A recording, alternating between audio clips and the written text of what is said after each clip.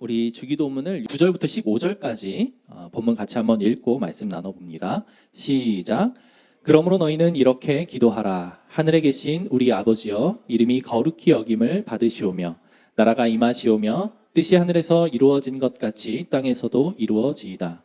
오늘 우리에게 일용할 양식을 주시옵고 우리가 우리에게 죄 지은 자를 사하여 준 것 같이 우리 죄를 사하여 주시옵고 우리를 시험에 들게 하지 마시옵고 다만 악에서 구하시옵소서. 나라와 권세와 영광이 아버지께 영원히 있사옵나이다. 아멘. 너희가 사람의 잘못을 용서하면 너희 하늘 아버지께서도 너희 잘못을 용서하시려니와 너희가 사람의 잘못을 용서하지 아니하면 너희 아버지께서도 너희 잘못을 용서하지 아니하시리라. 아멘. 우리 함께 나눌 본문 10절이니까 10절만 한 번 더 읽어봅시다. 시작. 나라가 임하시오며 뜻이 하늘에서 이루어진 것 같이 땅에서도 이루어지이다. 아멘. 우리 주기도문 시작할 때 주기도문이 어떤 기도라고 제가 처음에 말씀드렸는지 기억나십니까? 주기도문의 앞부분, 그러니까 9절부터 그 앞부분에 나왔던 기도의 그 예수님의 가르침의 내용은 이방인의 기도를 경계하라는 말씀이었어요. 그러면서 그거는 잘못된 기도니까 너희는 이렇게 기도하라. 즉 주기도문의 내용은 이방인의 기도와 다른 기도의 내용이더라 라는 것이 주기도문을 시작하는 출발이었습니다. 이걸 반드시 기억하고 넘어가야 돼요. 이방인의 기도는 어떤 기도였습니까? 중언부언하는 기도였고, 외식하는 것, 드러내는 것을 즐겨하는 기도였고, 또 나의 필요를 구하는 기도였습니다. 그죠? 그러니까 내가 필요한 것, 내가 원하는 것, 내가 바라는 것을 기도하는 것, 내가 무슨 얘기하는지도 모르는 계속 그냥 입술로 중얼중얼하는 것, 사람들의 눈에 보이게 기도하는 것을 즐기는 것, 이런 것들이 이방인이 즐겨하는 기도였어요. 이런 기도는 사실 이방인들뿐만 아니라 타 종교에도 너무 많은 기도의 모습이죠. 기도는 기독교만의 전유물이 아니라고 했습니다. 기도는 이 세상에 존재하는 모든 종교의 기도의 행위는 들어가 있어요. 사실 종교뿐만 아니라 종교인이 아니더라도 어떤 사람들 힘든 상황에 처하면 나도 모르게 알 수 없는 신에게 기도하는 것이 인간의 본성이죠. 그렇기 때문에 기도라고 하는 것은 기독교의 전유물이 아니에요. 우리 그리스도인들, 하나님 나라의 백성이 된 사람들의 기도는 이러하다라고 해서 주기도문이 가르쳐진 것이죠. 즉 우리가 기독교인이라면 그들과는 다른 기도, 즉 주기도문을 통한 이 기도의 핵심을 붙잡고 기도해야 된다. 이게 주기도문의 가장 중요한 전제였습니다. 하나님 나라 백성의 기도인 것이죠. 그런 의미에서 우리의 기도를 돌아볼 필요가 있고, 그런 의미에서 오늘 이 기도는 사실 굉장히 어려운 기도예요.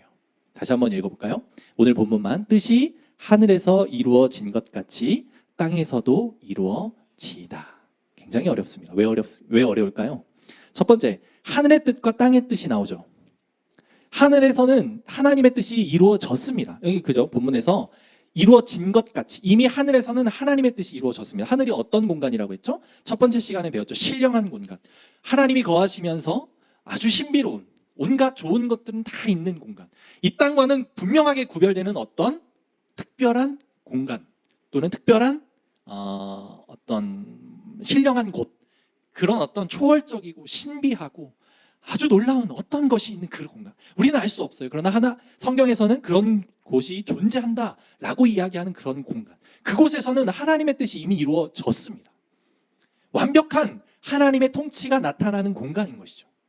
그곳에서는 질병도 없고 미움도 없고 다툼도 없고 시기도 없고, 그 다음에 낭비도 없고 음식물 쓰레기도 없고 뭐 여러 가지 그 쓰레기들도 나오지 않을 것이고, 어떤 것도 이 사람을 힘들게 하는 것이 존재하지 않는 완벽한 공간이고, 그런 공간이 있는 것이고, 그 공간에는 이미 하나님의 뜻이 이루어졌다.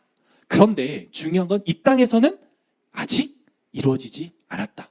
완성되지 않은 상태다. 시작되었지만 완성되지 않은 상태. 지난주에 배웠죠. 완성되지 않았지만 시작되어 있는 상태가 지금 이 땅에 있다는 거예요. 근데 이 땅의 뜻은, 이 땅에 존재하는 사람들의 뜻은 그 하늘의 뜻과는 다르다는 것을 오늘 기도에서 전제하고 있는 거예요. 달라요. 다르니까 이루어지지 않았죠. 믿는 사람들이나 믿지 않는 사람들이나 할 것 없이 똑같이 하늘의 뜻과는 다른 뜻으로 이 땅을 살아가고 있는 거예요. 그리스도인도 마찬가지입니다. 여러분들도 이 땅을 살아갈 때 이 기도를 하지만 우리는 하늘의 뜻과는 다른 삶을 너무도 쉽게 살아가요. 여러분들의 인생을 돌아보면 어떻습니까? 여러분들의 믿음의 삶을 돌아보면 어때요?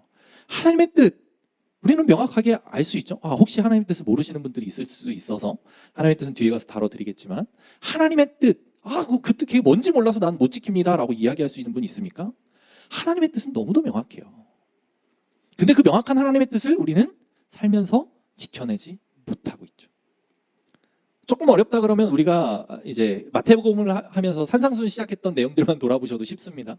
미워하지 않는 것, 왼뺨을 떼며 오른뺨도 돌려대는 것, 그죠? 오리를 가자고 하면 십리를 동행하는 것, 속옷을 달라 하면 겉옷을 내어주는 것, 이런 것들이 그리스도인의 삶, 하나님의 뜻이잖아요. 근데 이 땅에서 우리가 그런 삶을 살고 있습니까? 못 살고 있죠. 그러니 어려운 거예요. 이 기도를 할 때. 하늘의 뜻이, 하나님의 뜻이 하늘에서 이루어진 것처럼 이미 하늘에서 완성되어 있는데 그것이 땅에서도 이루어지게 하옵소서라고 하는 기도는 결코 쉬운 기도가 아니라는 거죠. 과연 나의 뜻이 여전히 내 안에서 살아있고 하나님의 뜻은 내 삶에서 어디에 나타나 있는지도 모를 만큼 멀어져 있을 때 이 기도를 하는 우리의 기도는 어떻습니까? 두 번째로 왜 어렵습니까? 하나님의 뜻이 이 땅에서 이루어지는 것이 나랑 무슨 상관이 있냐? 나랑 상관없는 것 아닌가? 그냥 하나님이 하늘에서 이루셨으니까 땅에서도 하나님 그냥 이루시면 되겠네요 라고 하는 생각이 우리 안에 은연중 있을 수 있기 때문에 그렇습니다. 그러나 그렇지 않아요. 우리는 이제 사람들하고 만나서 이제 교제도 하고 친구들도 만나고 뭐 직장 상사든지 후배든지 이렇게 일상에서 사람들과의 관계 속에 살아갑니다. 근데 우리가 누군가를 만나서 차를 마시든지 밥을 먹든지 뭐 이야기를 할 때 흔히 다른 사람들의 근황을 묻거나 이제 사적인 이야기들을 막 하다 보면 그 사람의 미래 계획, 장래 계획에 대해서 이야기를 할 때가 많습니다. 야, 나는 지금 만나는 사람하고 한 1년쯤 후에 결혼할 거야.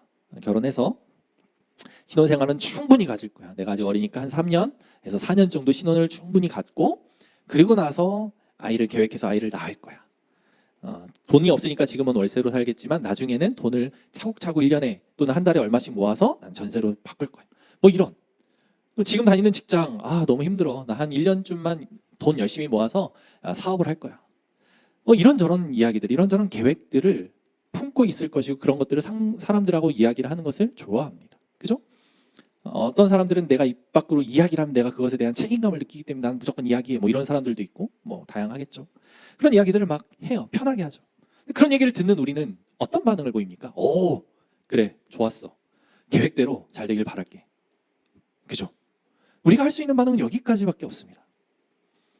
그 사람의 계획에 내가 동참해서 그 사람의 계획이 이루어지게 되는 것에 대해 내가 애쓰고 같이 노력해주고 같이 무언가를 해주는 제스처를 할 필요가 전혀 없습니다. 하면 그 사람은 오히려 더 부담스럽죠. 야, 너의 연애를 위해 내가 그럼 뭘 해줄까? 어떻게 도와줄까? 이렇게 하나요? 아니죠. 그래, 잘해봐. 그러면서 기껏 할 수 있는 건 조언 정도의 수준이겠죠. 야, 니들 보니까 뭐 잘 사귀는 것 같아. 근데 이것만 조금 조심하면 더 오래 가지 않을까? 정도? 기껏 해봐야 그 수준입니다. 우리가 흔히 하는 대화 속에서 누군가의 계획을 들었을 때 보이는 반응은 거기까지라는 거죠. 그런데 오늘 이 하나님 앞에 드리는 이 기도 안에서 뜻이 하늘에서 이루어진 것 같이 땅에서도 이루어지이다 라고 하는 이 기도 속에 하나님의 뜻이 하늘에서 이루셨군요. 오케이, 그럼 땅에서도 잘 해보십시오. 이런 기도입니까? 아니라는 거예요.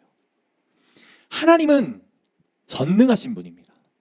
그리고 그 하나님의 전능하심은 이 땅의 모든 영역을 가리지 않고 그 전능하심을 드러낼 수 있는 분이세요. 그러나 하나님의 일하심의 원칙은 분명합니다. 하나님 절대 당신의 천군 천사를 보내서 이 땅을 막 갈아 엎으시고 하나님의 나라를 강제적으로 막 조립해가면서 만드시는 분 아니시죠. 우리가 알 수 없는 어떤 다른 피조물을 통해서 이 땅에 하나님의 나라를 이루어 가시는 것, 하나님의 뜻을 이루어 가시는 것을 하시는 분이 아니시죠. 하나님은 누구를 통해 이 일을 이루신다? 여러분들을 통해 이루신다. 분명하게 하나님은 계획하셨어요. 하나님은 그것에 대해 철저하게 하나님의 역사가 시작된 그 순간부터 예수님 다시 오실 그때까지 완벽하게 하나님은 그 원칙을 지켜가면서 일하신다는 거예요. 하나님의 뜻은 누구를 통해 이루어진다? 여러분들을 통해 이루어진다. 나를 통해 이루어진다는 거죠. 그렇기 때문에 그 내용을 알고 하는 이 기도의 내용은 결코 쉬울 수가 없는 거예요. 첫 번째로는 뜻이 부딪히고 두 번째로는 내가 그 일을 해야 되기 때문에 어려운 거예요. 주님의 뜻이, 하나님의 뜻이 하늘에서는 이루어졌고 그것이 이 땅에서도 이루어지게 하옵소서 나를 통해 라고 하는 기도예요. 자, 10절 우리 그런 것을 되새기면서 다시 한번 10절을 읽어볼까요? 준비 시작. 나라가 임하시오며 뜻이 하늘에서 이루어진 것 같이 땅에서도 이루어지이다. 어떻습니까? 느낌이 오십니까? 여러분들의 책임이 개입되어 있는 기도라는 거예요. 가볍게 드릴 수가 없겠죠. 주기도문을 우리가 배워야 되는 이유, 이제 계속 배워갈 텐데 이런 이유들이 포함되어 있는 거예요. 자, 그럼 첫 번째, 우리가 이 두 가지 어려움에 대해서 구체적으로 성경에서 그러면 하나님의 뜻은 도대체 무엇인가? 이 땅에 나의 뜻과 다른 것은 도대체 뭔가에 대해서 살펴보고, 하나님이 우리가 동역하기를 원한다는 그 개념은 도대체 어떤 개념인가에 대해서 살펴보는 것으로 오늘 본문 말씀을 나눠보겠습니다. 하나님의 뜻, 사실 이것은 너무도 심플합니다. 하나님의 뜻을 성경에서 이야기하는 것은 두 가지가 있어요. 첫 번째로는 하나님의 나라가 확장되는 것. 두 번째로는 당신의 백성들이 풍성하고 풍성한 삶을 살아가는 것. 하나님의 뜻은 이거밖에 없어요. 하나님의 나라가 확장되고 당신의 백성들이 잘 사는 것. 저는 이 잘이라고 하는 말을 되게 좋아하는데, 잘 사는 것. 결코 사업이 잘 되고 어려움을 겪지 않고 만사 형통하는 것을 말하는 게 아닙니다. 성경에서 말하는 개념으로 잘 사는 것. 그것이 바로 하나님의 뜻입니다. 그래서 앤드류 머레이는 이런 표현을 해요. 하나님의 자녀들이 범하는 가장 큰 잘못은 하나님의 뜻을 알 수 없다고 생각하는 것입니다. 우리는 흔히 이런 오해를 합니다. 내가 하나님의 뜻을 잘 알면 이 땅을 살아가는데 정말 걱정 없이 살아갈 수 있을 텐데, 지금 다니는 직장을 내가 그만둬야 되는지 아니면 계속 이어가야 되는지, 내 직장을 A라는 직업을 선택해야 되는지 B라는 직업을 선택해야 되는지, 지금 나에게 대시하고 있는 이 인간 A라는 인간을 선택해서 연애를 해야 되는지 B라는 인간을 선택해서 연애를 해야 되는지, 아니면 지금 연애하고 있는 이 인간이 하나님이 나에게 주신 배필인지 아닌지, 이런 것들에 우리는 집착해요. 그거를 분별하는 게 하나님의 뜻을 분별하는 거라고 착각을 합니다. 아니요, 하나님의 뜻은 거기에 있지 않아요. 절대 그렇지 않습니다. 하나님의 뜻은 늘 이야기하죠. 하나님의 나라와 우리가 풍성하게 잘 사는 것. 하나님 그것에만 관심이 있어요. 그러면 앞서서 얘기한 그런 사소한 것들은, 물론 사소한 것 아닐 수 있죠. 여러분들도, 저도 마찬가지입니다. 인생을 살면서 그런 문제들을 선택하고 고민할 때 하나님 앞에 기도하고 지혜를 구하는 거 필요해요. 그러나 그런 지혜를 구하고 하나님의 뜻을 구하는 기도는 그 순간순간 우리가 실수하지 않기 위해서 기도하는 것 뿐이지, 하나님의 궁극적인 뜻과 초점에는 그것은 맞지 않는 이야기예요. 연애를 누가 하는가? 그냥 마음이 끌리는 사람, 그리고 딱 봤을 때 건강해 보이는 사람, 나를 조금 더 바르게 사랑해 줄 수 있는 사람, 그런 사람을 고르면 되는 거예요. 직장 문제에 있어서도 내 마음이 더 즐겁게 일할 수 있는 직장, 내 삶이, 내 가정, 하나님이 나에게 주신 그 우선순위를 지킬 수 있는 직장, 그것을 통해 하나님 일을 잘 해낼 수 있을 것 같은 그런 직장, 그걸 선택하면 되는 거예요. 하나님의 뜻은 먼데 있지 않습니다. 주신 말씀을 통해 그런 원리들을 깨달아가며 선택해 나가면 되는 것들이에요. 그런 것들은. 그죠? 하나님의 궁극적인 뜻은 하나님 나라가 확장되는 것과 백성들이 풍성한 삶을 살아가는 것이다 라는 겁니다. 요한복음 6장 39절에 이렇게 말씀하십니다. 나를 보내신 이의 뜻은 내게 주신 자 중에 내가 하나도 잃어버리지 않고 마지막 날에 다시 살리는 이것이다.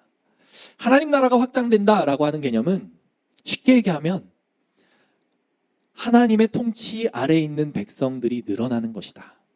우리 지난주에 하나님 나라에 대해서 배웠죠? 하나님 나라의 개념은 두 가지 개념이 있습니다. 간단하게 복습하면 하나는 통치의 개념이 있고 또 하나는 시간의 개념이 있습니다.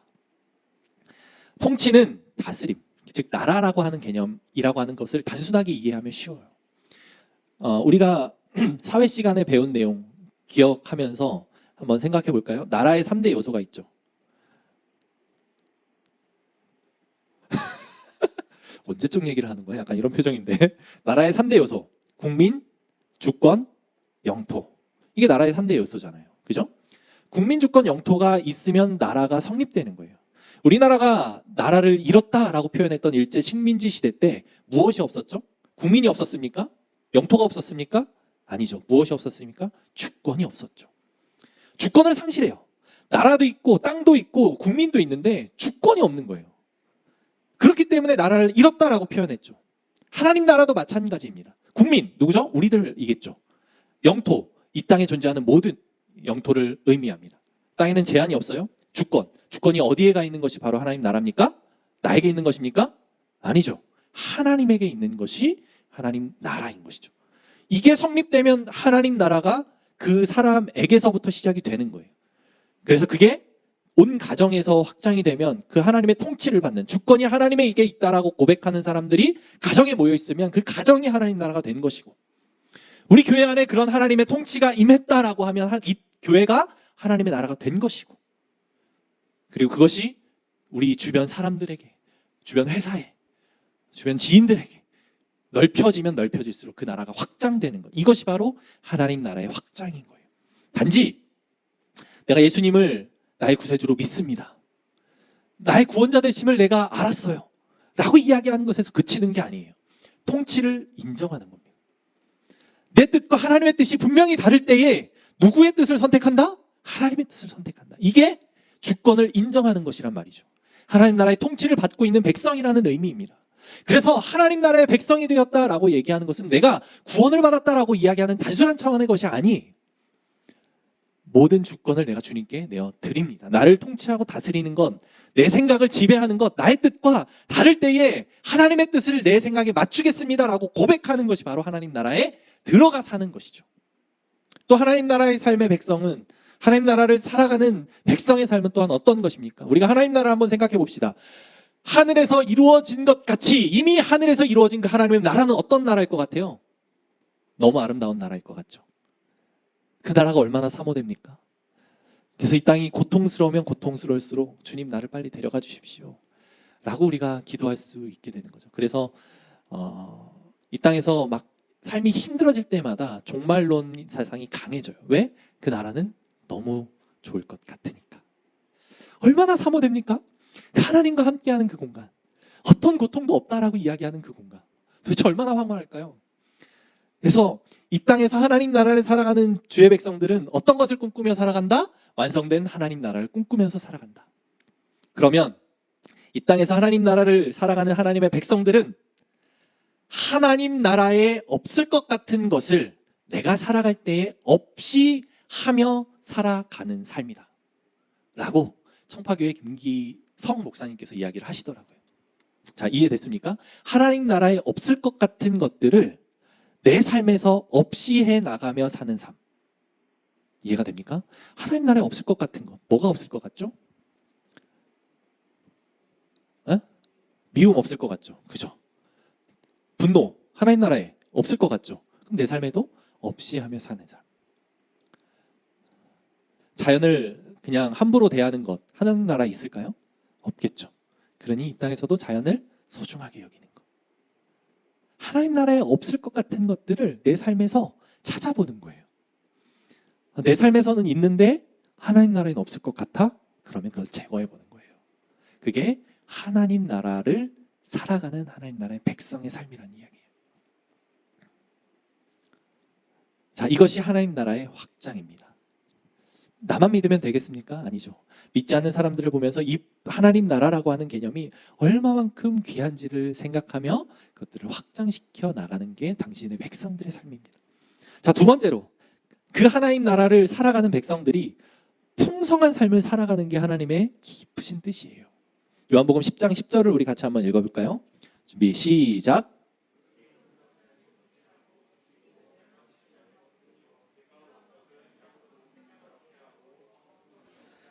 자, 양이 생명을 얻었는데, 자, 생명을 얻었습니다. 우리가 구원을 받았다는 얘기예요. 예수님이 이 땅에 오신 목적, 하나님의 뜻은 생명을 얻게 하는 것이다 까지가 보통 우리의 생각인데, 그보다 더 중요한 것은 생명을 얻게 하고 더 풍성히 얻게 하려는 것이라. 더 풍성히. 단지 그냥 구원을 받는 것에서 끝나는 게 아니라 그 구원받은 당신의 백성들의 삶이 더 풍성해지는 것이 하나님의 뜻이라는 이야기예요. 우리의 삶은 더 풍성해질 것입니다. 여러분들의 삶은 더 풍성해져야만 합니다. 아멘. 믿습니까? 하나님 나라 백성의 삶은 그런 삶이에요. 자, 하나님 나라 백성의 삶은 사실 쉽지 않아요. 이 삶을 살아보면 어렵습니다. 거룩해져야 되는 삶이고, 그리고 때로는 자기를 죽이는 삶이어야 되고, 때로는 심령이 한없이 가난해져야만 하는 삶이기도 하고, 때로는 내 것을 포기하는 그 과정 속에서 너무 힘든 그 어떤 마음의 갈등과 또는 자기의 무너짐과 또는 세상 사람들의 손가락질과 이런 것들을 감내해야 되는 삶일 수 있습니다. 그래서 바울도 이 삶이 얼마나 고통스러운 삶인지를 고백해요. 내가 나의 몸을 쳐서 끊임없이 복종시키노라. 내가 오늘도 내 안에 있는 또 다른 나와 끊임없이 싸우는도다. 얼마나 괴로우면 바울이 그렇게 이야기했을까요? 굉장히 괴로운 삶입니다. 그러나 바울은 그 삶이 얼마나 풍성한 삶인지를 잘 알고 있었습니다. 제가 이 두드러기가 지금 잘 안 보여져요. 다행히 지금 은혜로 지금 발작을 좀 덜 하고 있는데, 금요일부터 이게 막 이렇게 올라오더라고요. 막 간지럽고, 막 손이 좀, 손하고 이렇게 머리 쪽이 심한데 안 보이는 쪽이 막 부어오르면서 막 아프면서 막 진짜 미치겠더라고요. 엄청 간지럽고 엄청 아프고 너무 힘든 거예요. 그래서 이제 주일까지는 좀 나았으면 좋겠는데, 다리도 불편해서 이런 자세로 해야 되는데 이것까지 불편하면 성도들 앞에서 제대로 말씀을 섬길 수 있을까, 이런 생각에 기도를 했어요. 하나님, 주일까지는 좀 치료해 주시면 안 될까요? 아마 우리 와이프도 기도를 했겠죠. 근데 안 되더라고요. 안 나아요. 지금도 거의 뭐 똑같은데, 와이프가 이제 반 농담 소리로, 농담은 아니었던 것 같아요. 약간 진담인 것 같은데, 그 다른 두드러기 나서 피부 질환으로 아픈 사람들을 더 이해하게 하기 위해서 이런 질병을 주셨다, 이렇게 얘기를 하시더라고요. 제가 처음으로 두드러기 나보는 거거든요. 생전 처음입니다. 아마 수술하고 뭐 이렇게 마약성 진통제라든지 항생제라든지 이런 걸 계속 맞고 하다 보니까 몸이 좀 무너진 것 같아요. 그래서 어디에선지는 모르겠는데 두드러기가 확 올라온 거죠. 야, 이게 진짜 경험해 보니까 알겠더라고요. 저희 와이프는 평생 그 알러지, 피부 질환을 안고 살았던 사람이라 사실 잘 이해는 안 됐었어요. 얼마나 간지럽고 얼마나 괴로운지. 근데 경험해 보니까 알겠더라고요. 그 얘기를 계속 하는데 얄밉죠, 저는. 아파 죽겠는데 옆에서 그 얘기하니까. 내색은 안 하고 그냥 넘어갔는데, 굉장히 얄미웠지만 한편으로는 맞다. 하나님이 나의 이해의 지경을 넓혀주시기 위해서 이런 질병을 주셨구나. 주님 감사합니다 하고 하면서 어제 이제 설교 준비하면서 이것을 타이핑을 했습니다. 몸이 불편하지만 그로 인해서 불편한 사람을 더 이해할 수 있게 되었구나. 얼마나 감사합니까? 제 안에 그래서 그런 이해의 지경이 넓어졌기 때문에 우리 교회에 나중에 피부 질환으로 고생하는 성도들을 향한 마음이 더 쏟아질 수 있겠구나. 이런 기도를 올리게 되더라고요. 여러분, 더 풍성한 삶은 만사형통한 삶이 아니에요. 더 풍성한 삶은 내가 어제 엊그저께 주님, 제가 주일까지는 그 알러지가 두드러기가 들어가게 해주십시오라고 한 이 기도가 응답되는 게 풍성한 삶이 아니에요. 그렇다 할지라도 그 안에서 주시는 하나님의 은혜, 그 안에서 교제하는 하나님과의 풍성한 교제를 통해 내 안이 감사가 넘치고 아프고 괴롭지만 기쁨이 넘치고, 그럼에도 불구하고 내 곁에 계시는 하나님으로 인해 만족하고, 이것이 바로 풍성한 삶이에요. 그게 우리 안에 얼마나 나를 더 행복하게 만드는지 아십니까? 그것이 우리 안에 삶에 훈련되어지고 만들어질 때 그 다음부터 하나님이 우리 삶을 그렇게 이루어 가시는 거예요. 물론 그런다고 뭐 더 좋은 것들이 늘 우리에게 주어지는 건 아닐 수 있습니다. 제가 이것 다 나았다고 여러분들 앞에 와서 어제 기도했더니 하나님이 치료해 주셨습니다. 주님 할렐루야, 영광 받아 주십시오. 이거는 어찌 보면 믿음이 아니에요. 여러분, 응답되면 응답된 대로 감사하고, 응답이 안 되면 안 되는 대로 감사하는 것이 바로 우리의 삶이어야 되는 거예요. 그게 얼마나 풍성한 삶을 우리에게 약속하는지 여러분들 그 삶을 온전히 누리며 살아가기를 소망합니다. 아멘. 이런 하나님의 뜻, 하나님 나라와 백성들이 풍성한 삶을 살아가는 것, 이제 풍성한 삶은 개인의 이런 차원도 있지만 조금 더 확장되면 공동체로 들어갑니다. 공동체 안에서는 어떻습니까? 여러분, 건강한 가족을 먼저 생각해 봅시다. 건강한 가정에서 자라나신 분들 또는 건강한 가정을 경험해 보지 못했다 하더라도 건강한 가정에 대한 모델을 보았거나 꿈꾸신 분들, 건강한 가정은 어떻습니까? 형제간에 때로는 투닥거리기도 하고 때로는 뭐 쥐어받기도 하고 때로는 막 이렇게 훔쳐가기도 하고 하지만 그죠? 형제들 간에 그런 거 많죠? 하지만 형제니까 그 순간 미운 마음이 올라오더라도 형제니까 사랑하고 형제니까 허물을 덮어주고 형제니까 옳은 길로 갈 수 있도록 때로는 쓴소리도 해주고 때로는 기다려도 주고 그게 가족이죠. 부모와 자녀 간의 관계는 어떻습니까? 부모와 자녀 간의 관계도 마찬가지죠. 자녀가 잘못했을 때 때로는 혼내기도 하고 가르치기도 하고 교정해주기 위해서 훈육하기도 하지만 때로는 그 잘못된 모습을 품어주기도 하고 기다려주기도 하고 부모가 그 흠을 감싸주기 위해 상처를 받기도 하고 끌어안기도 하고 그게 가족의 모습 아닙니까? 그죠? 이제 공동체에 대한 얘기를 제가 자주 할 텐데 교회는 하늘 가족입니다. 영적인 가족이에요. 그 은혜 안에 들어와 있는 한 몸 된 가족은 그런 육적인 가족과 같은 모습입니다. 허물이 있을 수 있습니다. 상처를 줄 수도 있어요. 그러나 그 허물과 상처 앞에 대하는 우리의 반응들은 어떻습니까? 때로는 화가 나기도 하겠죠. 때로는 미운 마음이 생기기도 하겠죠. 사람이니까. 가족들끼리 그런 것처럼 그럴 수 있습니다. 그러나 그런 것들이 결국에는 어디로 갑니까? 십자가 앞에서의 나를 바라보며 나를 용서하신 하나님의 은혜를 생각하며 주님께서 나를 그렇게 받아주셨지 라고 하며 품어주고 때로는 기다려주고 때로는 가서 쓴소리도 해주고 때로는 내가 아파하면서 그것을 참아주기도 하고 이게 하늘 가족이 취해야 되는 태도다라는 거예요. 풍성한 삶, 여러분 육적인 가족에서만 그런 풍성한 사랑 용납받고 용납하고 그게 교회라고 하는 가족으로 확장되는 것 한번 꿈꿔보신 적 있습니까? 얼마나 아름다운지요. 나라는 존재가 이 허물 많고 죄 많은 나라는 존재가 그렇게 실수를 하고 그렇게 잘못을 하고 그렇게 가시가 많은 나라는 존재가 가족에서뿐만 아니라 교회에서도 그렇게 수용되는구나. 교회에서도 나를 그렇게 감싸주고 사랑해주고 받아들여주는구나 라고 하는 것이 느껴진다면 그게 한 군데 더 있다라고 하면 그게 나를 얼마나 행복하게 만드는지 이것을 경험해 보셔야 돼요. 이게 너무 복된 일입니다. 풍성한 삶은 바로 그런 삶이에요. 하나님이 우리에게 그런 공동체를 허락하셨어요. 자, 그게 하나님의 뜻입니다. 하나님 나라가 확장되는 것, 내 개인이 풍성한 삶, 그리고 우리 공동체를 얻게 됨으로써 더욱 풍성해지는 삶, 그것이 바로 하나님의 뜻입니다. 자, 두 번째는 그렇다면 그 하늘의 뜻이 나랑 무슨 상관인데?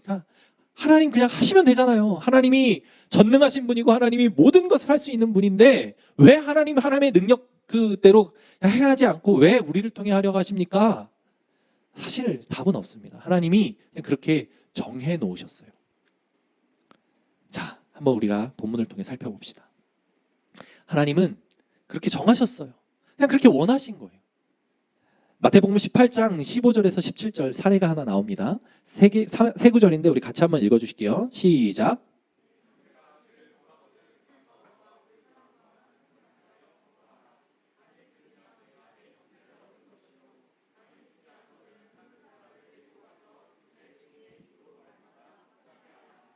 만일 그들의 말도 듣지 않거든 교회에 말하고.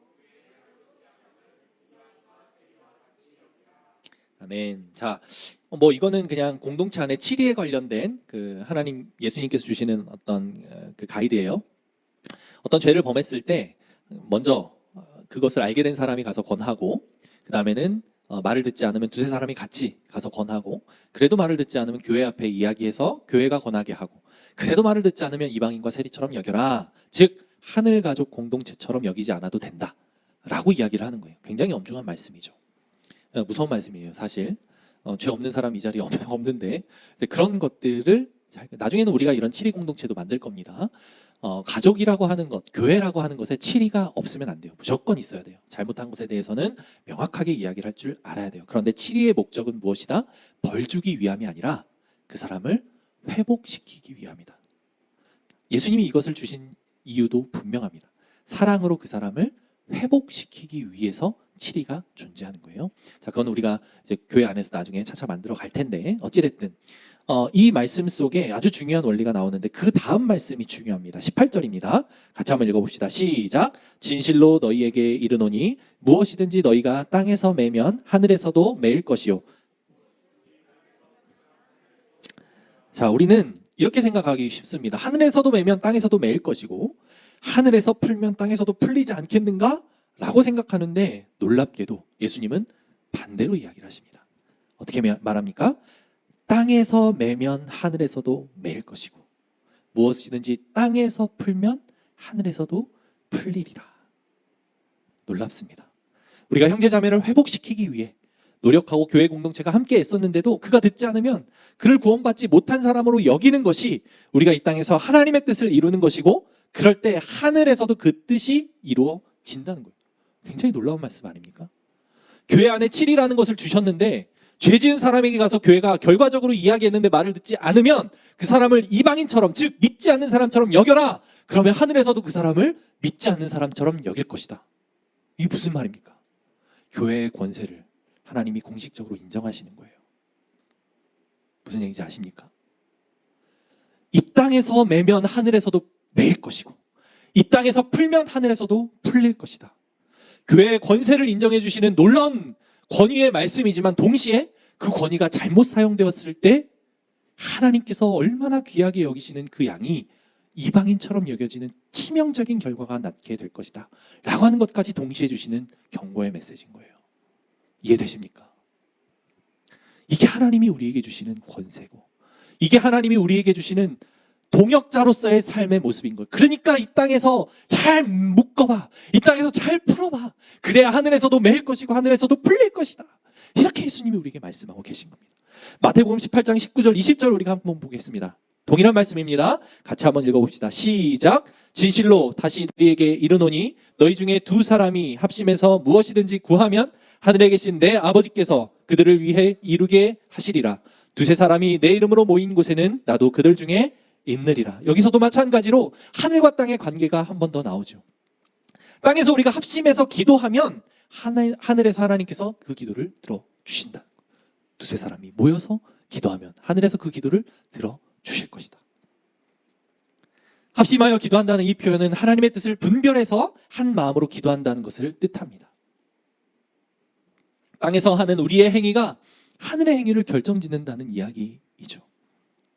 굉장히 놀라운 표현입니다.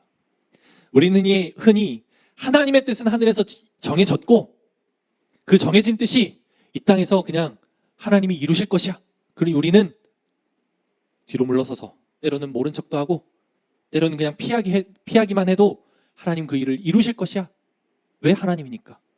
이렇게 생각하기 쉬운데 그렇지 않다는 거예요. 완전히 다른 이야기입니다.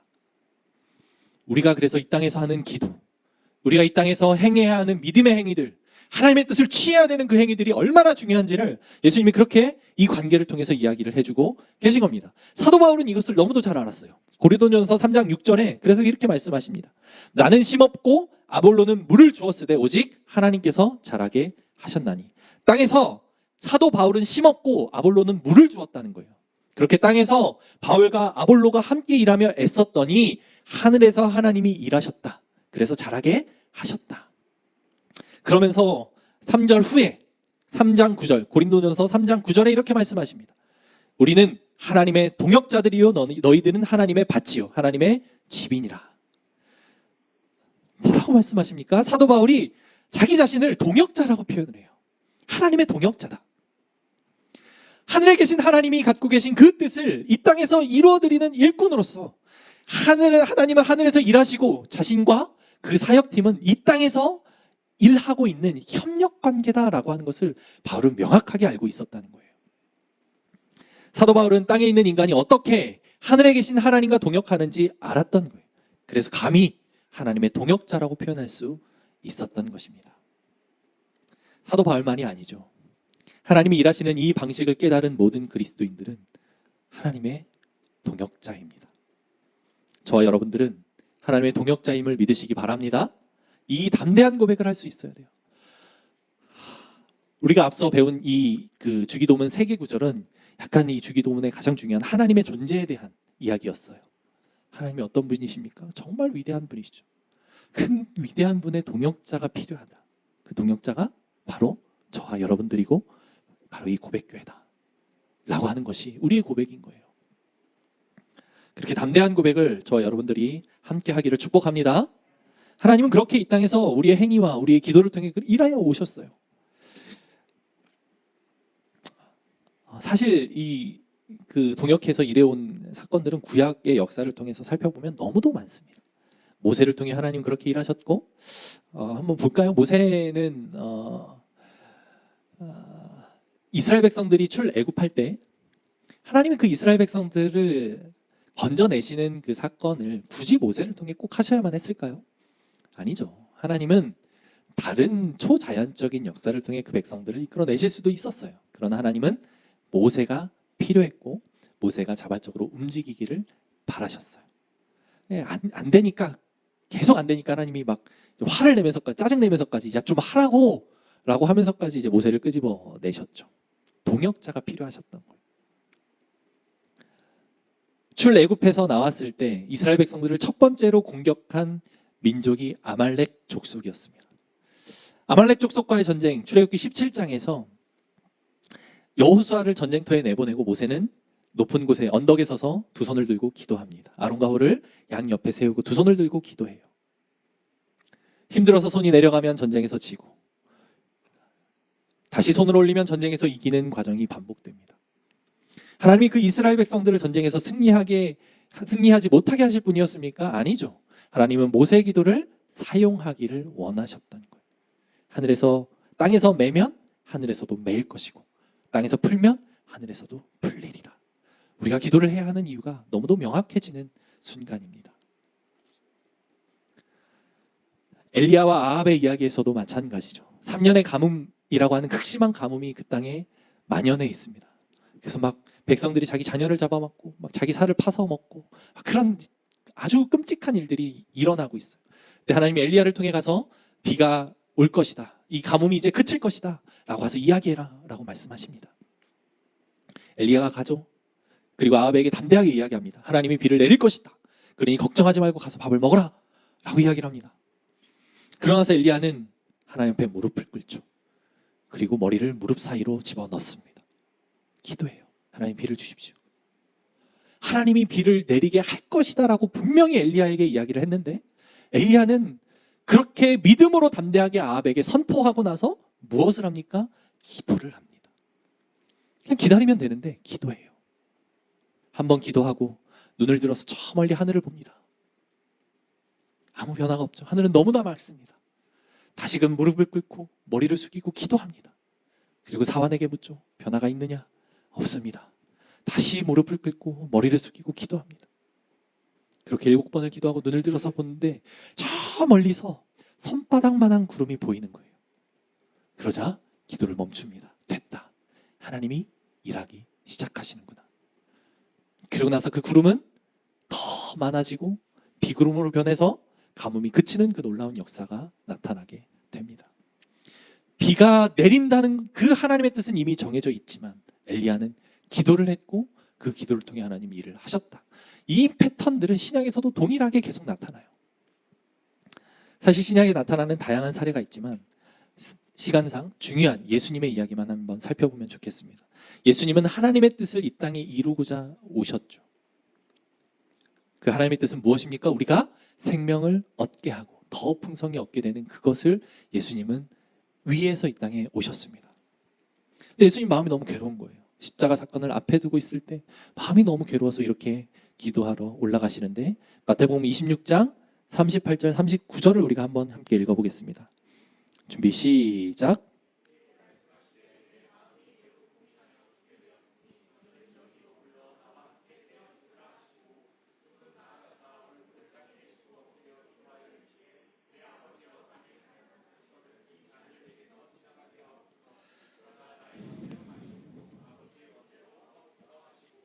예수님은 지금 세상의 가장 치명적인 폭력 앞에 고스란히 노출되어 있습니다. 세상의 모든 권력자가 저 예수를 죽여라 라고 이야기하는 그 상황 속에 놓여 있는 거예요.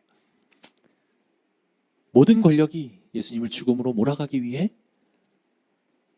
움직이고 있습니다. 예수님이 맞이해야 할 죽음은 너무도 끔찍한 죽음이에요. 그냥 단순하게 그가 십자가에 못 박히는 그 사건만 봐도 감히 상상할 수 없는 고통이 예상이 됩니다. 양손이 십자가에 못이 박히고 창으로 옆구리를 찔려 피와 물을 모두 쏟아내서 가장 극심한 고통을 겪어가며 그 십자가에서 죽음을 맞이하셔야 되는 그 상황을 앞에 두고 있습니다. 무엇 때문에? 나를 살리기 위해서. 그러나 예수님이 두려워하는 건 단순히 그 십자가에 못 박힌 사건만이 아니에요. 예수님이 여기에서 고민하여 죽게 되었으니, 물론 예수님은 인간이었기 때문에 그 고통이 그대로 느껴졌을 것이고 느껴지게 될 것이고, 그것은 예수님에게 한편으로는 괴로운 일이었을 거예요. 그러나 예수님이 진짜 힘들었던 것, 가장 고민스럽고 고통스러웠던 것은 그 십자가의 육체적인 고통이 아니에요. 바로 하나님과의 단절입니다. 예수님은 영원 전부터 하나님과 함께 거하고 계셨었어요. 그게 어떤 의미인지 아십니까? 하늘이라고 하는 신령하고 초월적인 공간에서 하나님과 너무도 친밀한 그 친밀한 관계를 누리면서 살아가고 있었다고요. 한 몸처럼 그냥 그렇게 너무도 아름답고 황홀하게 존재했었다고요. 그런데 그런 예수님이 이 땅에 오셨어요. 인간의 몸을 입고 이 땅에 오셨다고요. 그것만 해도 놀라운데 더 중요한 건 그 예수님이 하나님과 친밀한 교제를 단절시켜야만 하는 치명적인 사건, 바로 죄를 뒤집어 쓰는 사건. 죄가 없으신 예수님은 하나님과 구별됨 없이, 하나님과 단절됨 없이 그 하나된 연합을 통해서 그 친밀함을 누리고 살아가실 수 있는데, 그러지 못하고 단절되어야만 하는 그 치명적인 우리 인간의 모든 죄를 뒤집어 쓰셔야만 했다고요. 그러면 하나님은 눈을 가리십니다. 하나님은 그 예수님을 철저하게 그 죄로부터 단절시키셔야만 되는 거예요. 나 너 이제 모르는 사람이야. 나 너 이제 교제할 수 없어. 나 너 이제 너랑 가까이 할 수 없어. 라고 하는 그 치명적인 단절을 경험해야만 했다고요. 예수님은 그것이 고통스러운 거예요. 너무 참기 힘든 거예요. 왜? 우리가 상상할 수 없는 긴 기간 동안 하나님과 그 아름다운 사랑을 나눴는데 하나님이 눈을 가리는 거예요. 등을 돌리는 거예요.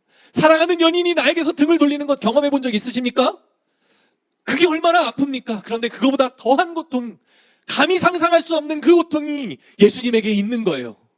하나님이 눈을 가리니까. 그 고통이 얼마나 고통스러울지 상상이 되십니까? 예수님은 그게 고통스러워서 주님, 아버지, 이 잔을 내가 피하고 싶습니다.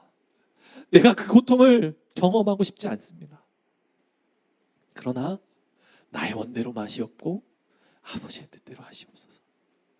내가 고민스러워서 죽겠습니다. 하나님, 그 고통을 내가 어떻게 감당합니까? 나 너무 힘들어요. 이렇게 얼마나 힘들었으면 3번을 그렇게 기도를 하셨을까요? 얼마나 힘들었으면 그 땀이 피가 되도록 예수님이 그렇게 기도하셨을까요? 감히 상상할 수 없는 그 고통이 예수님께 있었던 거예요.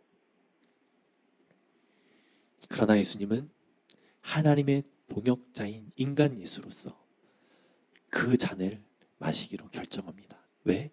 그게 하나님의 뜻이고 예수님이 이 땅에서 그 잔을 마셔야 하늘에서도 풀릴 것이기 때문에, 예수님이 이 땅에서 그 잔을 마심으로 그 관계를 풀어야 하늘에서도 풀린다는 사실을 아셨기 때문에 그렇게 하나님과 동행하셨습니다. 사도행전에 나타나는 그 성령을 받는 제자들도 마찬가지죠. 예수님의 부활하신 사건을 목격하신 당신의 제자들은 대략 한 400에서 500명 정도 된다고 쓰여 있습니다. 기록되어 있습니다. 그러나 예수님이 기다리라, 성령이 너에게 임할 것이다. 그때 너희는 복음을 증거하러 가라 라고 말씀하셨는데, 오순절 다락방, 그 마가의 다락방에 모여서 성령을 기다렸던 사람은 120명밖에 되지 않아요. 나머지 380명은 어디 있죠? 그들은 그 말을 듣지 않고 그것에 모여있지 않았던 거예요. 모두에게 동일한 말씀이 주어지지만 어떤 사람들은 그 말씀을 받고 하나님의 동역자로 나서고 어떤 사람은 그렇지 못한 삶을 살아가고 있는 것이 우리의 현실입니다. 우리는 어떤 삶을 살아가겠습니까? 저와 여러분들은 어떤 삶을 통해 하나님 앞에 서 있겠습니까? 이미 정해진 하나님의 뜻이 당신의 자녀들, 당신의 백성들의 뜻으로 이루어지는 이 패턴은 성경 전체를 통해서 계속해서 반복돼요. 그 반복 속에서 우리는 그 패턴에 나도 들어가서 나도 동역하는 사람으로 거듭나는 그런 저와 여러분들 되기를 축복합니다. 축복합니다. 이게 축복이에요. 얼마나 복된 삶인지 그 복된 삶을 우리가 살아가면 좋겠습니다. 그 복된 삶을 살기 위해 구체적으로 우리는 그러면 어떻게 하면 좋겠습니까? 첫 번째로는 하나님을 사랑해야 되겠죠. 사랑하는 사람이 가지고 있는 그 뜻, 내가 사랑하는 사람이 원하는 그 원하는 것들 생각하면 하고 싶어지죠. 억지로 되는 건 아닙니다. 하나님, 내가 하나님의 뜻을 어떻게든 해보겠습니다. 막 나를 몸을 치고 막 자해하고 막 해가면서 그냥 그것을 해나가는 거 하나님 기뻐하지 않으세요. 우리 자녀들을 보면 알죠. 부모의 뜻을 억지로 주입시키고 매를 대가면서 그것을 행하게 하는 것 부모님 기쁩니까? 아니죠. 공부를 하든 뭐 이렇게 다른 사람에게 화를 내지 않든 그것이 매나 강제로 이루어지게 된다면 그게 얼마나 슬픈 일입니까? 하나님 우리에게 그렇게 억지로 하게 하는 것을 원치 않으세요. 사랑으로 그 일에 동참하기를 원하십니다. 그게 하나님의 뜻이에요. 하나님 사랑하시길 바랍니다.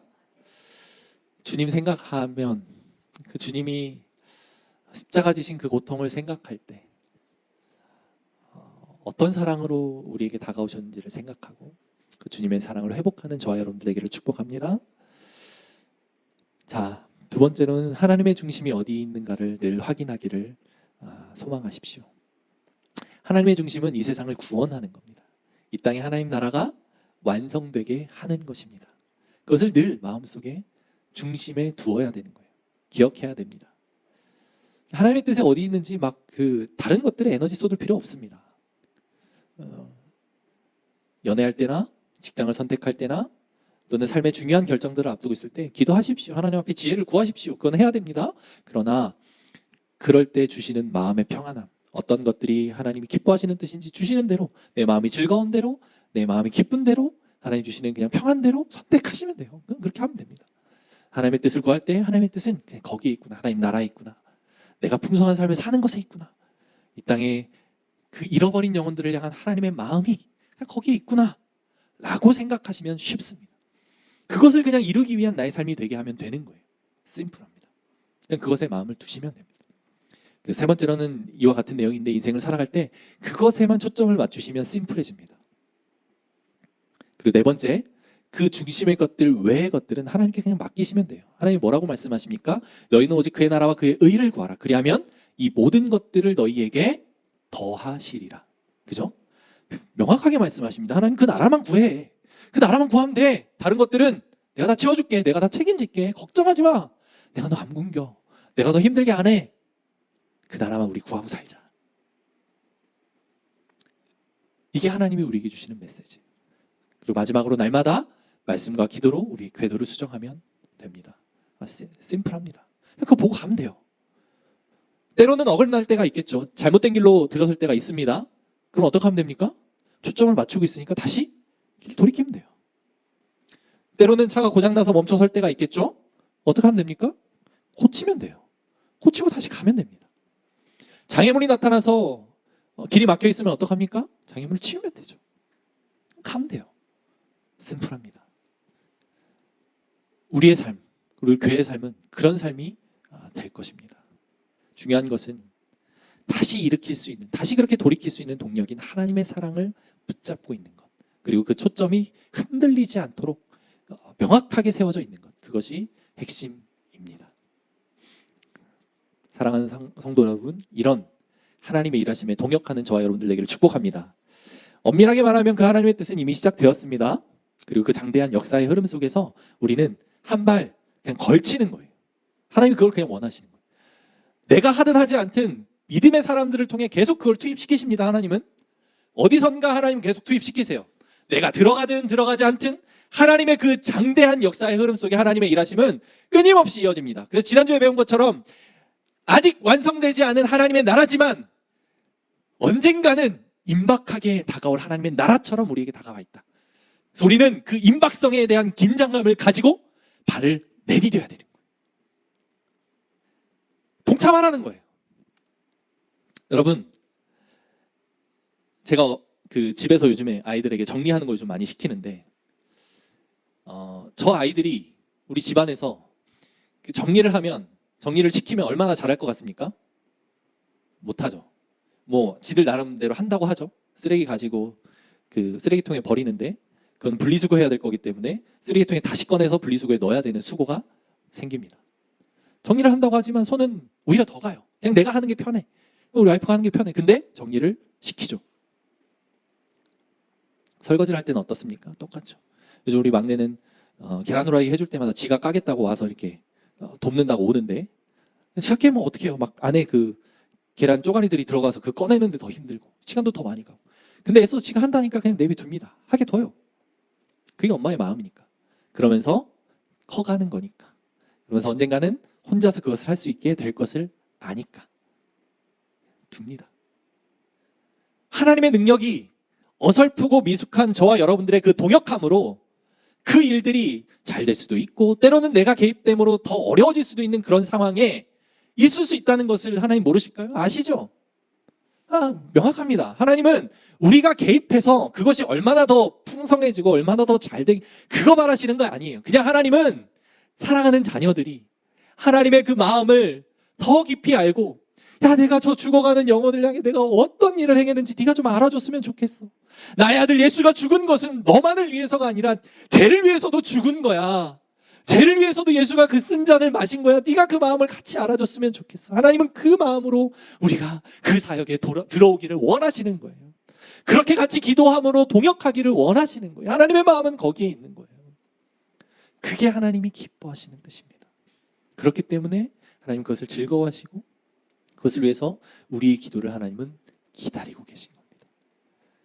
하나님이 이 땅을 회복하시되 이 땅에서 그분의 뜻을 분별하고 그 뜻을 위해 기도로 일하는 사람들과 분명하게 동역하신다. 이것이 바로 오늘 우리가 배운 이 기도에 담겨져 있는 핵심입니다. 그런 저와 여러분들의 인생이 되기를 축복합니다. 근데 우리는 기도할 때, 주기도문 할 때 잘 모르고 기도했겠죠. 그러니 아마 부담이 없으셨을 겁니다. 이제 주기도문의 이 기도, 그리고 우리의 평소의 기도 속에 주기도문이 이제 끝날 때쯤에는 주기도문을 구체적으로 우리 삶에 적용해서 어떻게 기도하는지에 대한 기도문들을 좀 드릴 거예요. 주기도문으로 하는 기도가 훈련될 필요가 있습니다. 주기도문으로 하는 기도의 내용 속에 이런 내용들이 포함되는 거예요. 주님, 내가 경배라고 하는 내 친구, 내 동생, 그 동생의 삶을 하나님 앞에 올려드리길 원하는데 아직 어렵네요. 그 하나님의 사역에 내가 동참하기를 원합니다. 그 친구를 구원시키고 그 친구를 하나님 나라의 백성으로 삼고자 하는 하나님의 사역에 내가 동참하기를 원합니다. 우리 가정 아직까지는 불신자 가정인데 하나님, 이 가정이 하나님 나라의 백성으로 변화되고 더 풍성해지고 더 행복해지고 더 복된 가정이 되게 하는 하나님의 뜻이 이루어지게 되기를 소원합니다. 내가 그 일에 사용되게 하여 주십시오. 이렇게 기도하는 게 바로 뜻이 하늘에서 이루어진 것처럼 땅에서도 이루어지다 라고 하는 기도의 확장이에요. 그런 기도가 우리의 삶에 넘치기를 소망합니다. 그렇게 기도해야 되는 거예요. 여러분들의 가정을 위해서 기도해야 되는 거예요. 우리 교회를 위해서 기도해야 되는 거예요. 여러분들의 삶을 위해서 기도해야 되는 거예요. 하나님의 통치가 임하게 하늘에서 뜻이 이루어진 것이 우리 삶에 나타나도록 기도 안 하면 하나님 일 안 하십니다. 기도를 해야 이 땅에서 매야 하늘에서도 매일 것이고 이 땅에서 풀어야 하늘에서도 풀릴 것이다. 주님 오셔서 일하여 주십시오. 내 직장에서 우리 가정에서 하나님 그렇게 일하여 주십시오. 기도하지 않으면서 변화되기를 원하는 것은 그게 얼마나 이기적인 마음입니까? 하나님은 동역하기를 원하십니다. 여러분들이 변화되기를 원하는 그 영역에 구체적으로 들어가서 하나님 나라가 임할 수 있도록 기도하는 저와 여러분들 되기를 소망합니다. 기도합니다.